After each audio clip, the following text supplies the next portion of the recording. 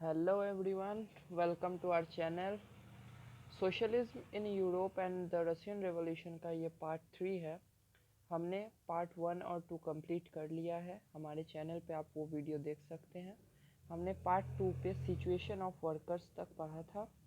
उसके आगे से हम लोग शुरू करते हैं। Peasants in the country side. Country side का मतलब होता है रूरल एरिया, मतलब गांव गांव के क्षेत्र, उसे कंट्री साइड कहा जाता है। In the countryside, peasants cultivated most of the land. अब गांव है तो जाहिर सी बात है कि जो भी ज़मीनें होंगी उसमें कल्टीवेशन होगा। तो पीजेंट्स बहुत ज़्यादा कल्टीवेट करते थे, मतलब अनाज उगाते थे land in the countryside में। The nobility, the crown and the Orthodox Church owned large properties. मगर पीजेंट्स जो अनाज उगाते थे वो अपनी ज़मीन पे नहीं उगाते थे। नोबिलिटी मतलब जो राजशाही परिवार वगैरह होते थे, क्राउन राजा, ऑर्थोडॉक्स चर्च, ये लोग बहुत ज़्यादा प्रॉपर्टीज़ को ओन करते थे। Here peasants divided on religious basis and they had no respect for the nobility. Nobles got their power through their services to the Tsar, not through local popularity. जो peasants थे वो religion के basis पे divided थे और वो nobility को सम्मान नहीं देते थे। और जो नोबल्स थे वो जो पावर कैप्चर किए हुए थे वो जार, मतलब जो किंग थे जार निकोलस टू, उनकी वजह से थे। उनका कोई अपना पॉपुलैरिटी नहीं था लोगों के बीच। In France, during French Revolution in Brittany, peasants respected nobles and fought for them, but in Russia wanted the land of the nobles to be given off to them. French revolution में peasants nobles के खिलाफ लड़े थे। और Russia में peasants जो थे वो सिर्फ चाहते थे कि नोबल्स के पास जो जो ज़मीनें हैं वो इनको दे दिया जाए।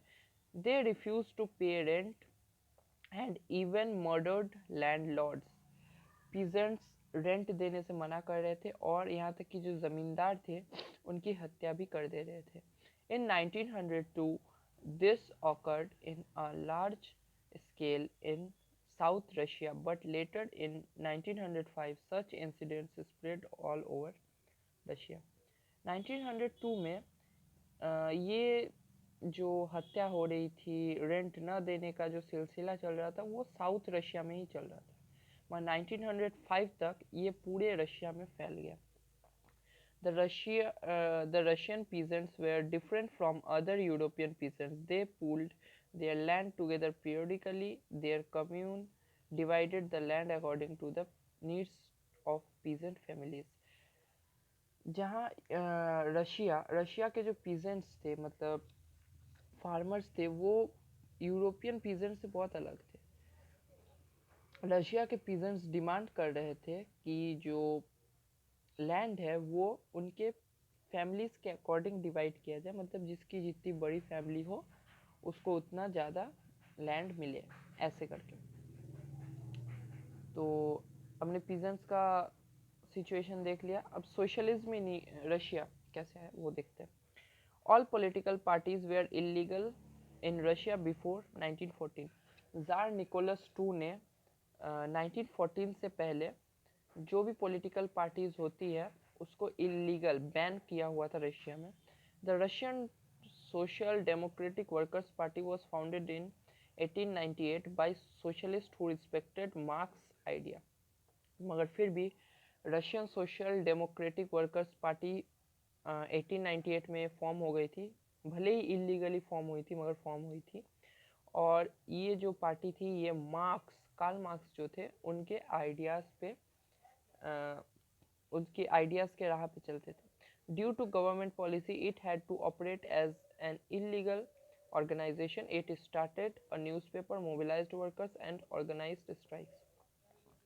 क्योंकि ये एक सरकार के पॉलिसीज़ के हिसाब से ये एक इलीगल पार्टी थी, मगर फिर भी इन्होंने अपना न्यूज़पेपर चालू किया, वर्कर्स को मोबिलाइज किया, मतलब वर्कर्स को भड़काया, भड़काया नहीं कहेंगे, वर्कर्स के बीच अवेयरनेस फैलाई कि आप इतना ज़्यादा वर्किंग आवर्स में काम क्यों करें, और स्ट्राइक जो होता है आंदोलन, इनमें भी इनकी अहम भूमिका रही है.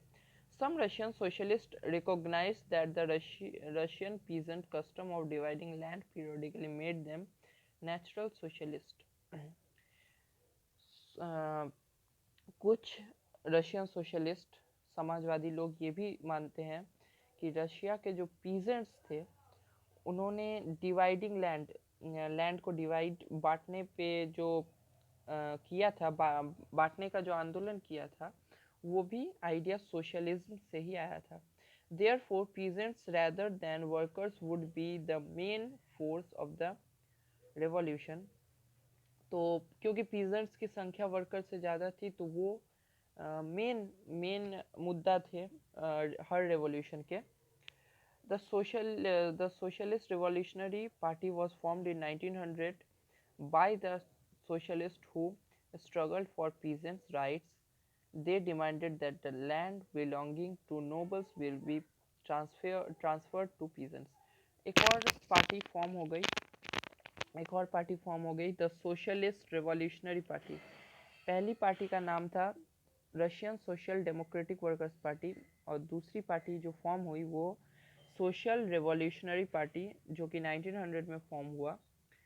ये पीजेंट्स के राइट्स के लिए स्ट्रगल करते थे, पीजेंट्स के राइट्स के लिए लड़ते थे, और डिमांड कर रहे थे कि नोबल्स, जो भी राज दरबार के लोग हैं, राजशाही परिवार है, उनके पास जो लैंड है वो पीजेंट्स पर ट्रांसफ़र कर दिया जाए, पीजेंट्स को ट्रांसफ़र कर दिया जाए.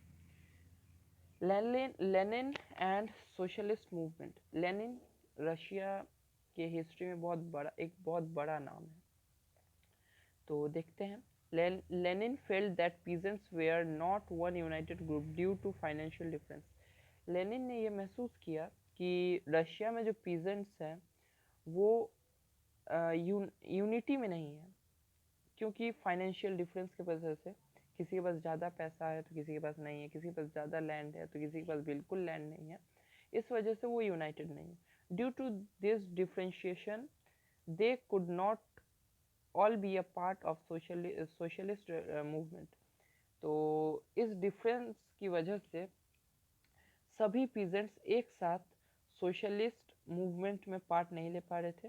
The social democratic party was later divided into two wings, the Bolsheviks and Mensheviks.